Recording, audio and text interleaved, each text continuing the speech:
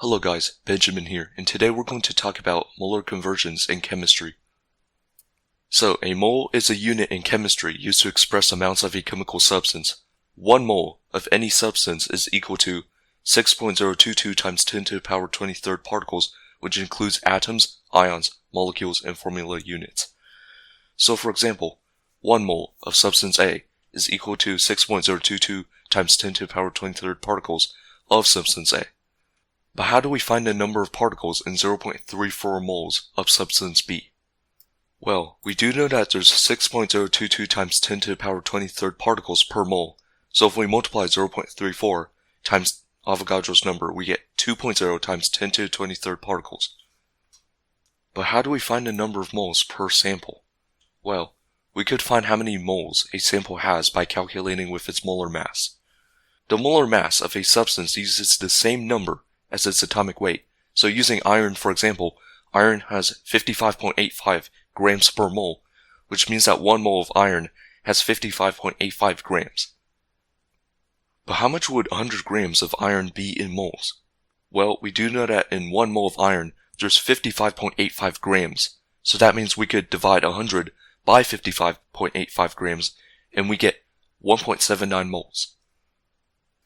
So just to give you a distinction between grams and moles, grams measure mass, while moles help measure the number of particles based on molar mass.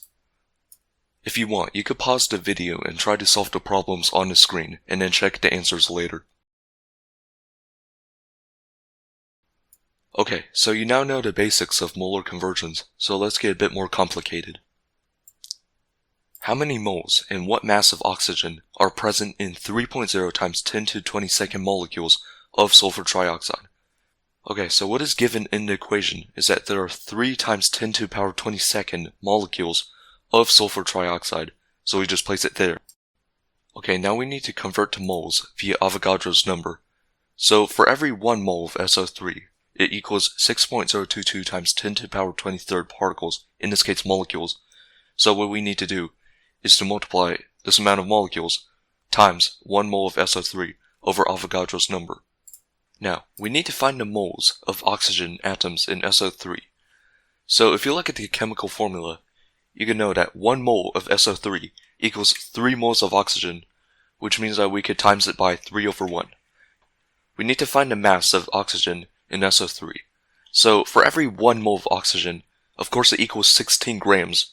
So 16 over 1, and now we end up with 2.39 grams of oxygen, and if you were to convert that into moles, it would be 0.149 moles of oxygen. Alright, here's another similar question.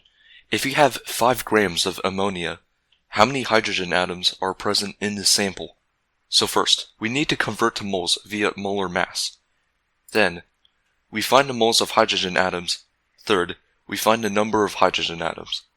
So, when we started here, we have 5 grams of ammonia, which is NH3. 5 grams is given, so we insert it here. Now we need to convert it to moles via molar mass. So we need to times it by 1 mole of NH3 over its molar mass, which is 14.1, plus, it's 3 hydrogen atoms, which is 3 times 1.01. Now, we need to find the moles of hydrogen atoms. So, for every 1 mole of ammonia, you get 3 moles of hydrogen. And now, we need to find the number of hydrogen atoms. So, 1 mole of hydrogen is equal to 6.022 times 10 to the power 23rd. So, at the end, this equation equals 5.3 times 10 to the power 23rd atoms. Alright, thank you for watching this tutorial. I hope you have a good day and good luck on molar conversions.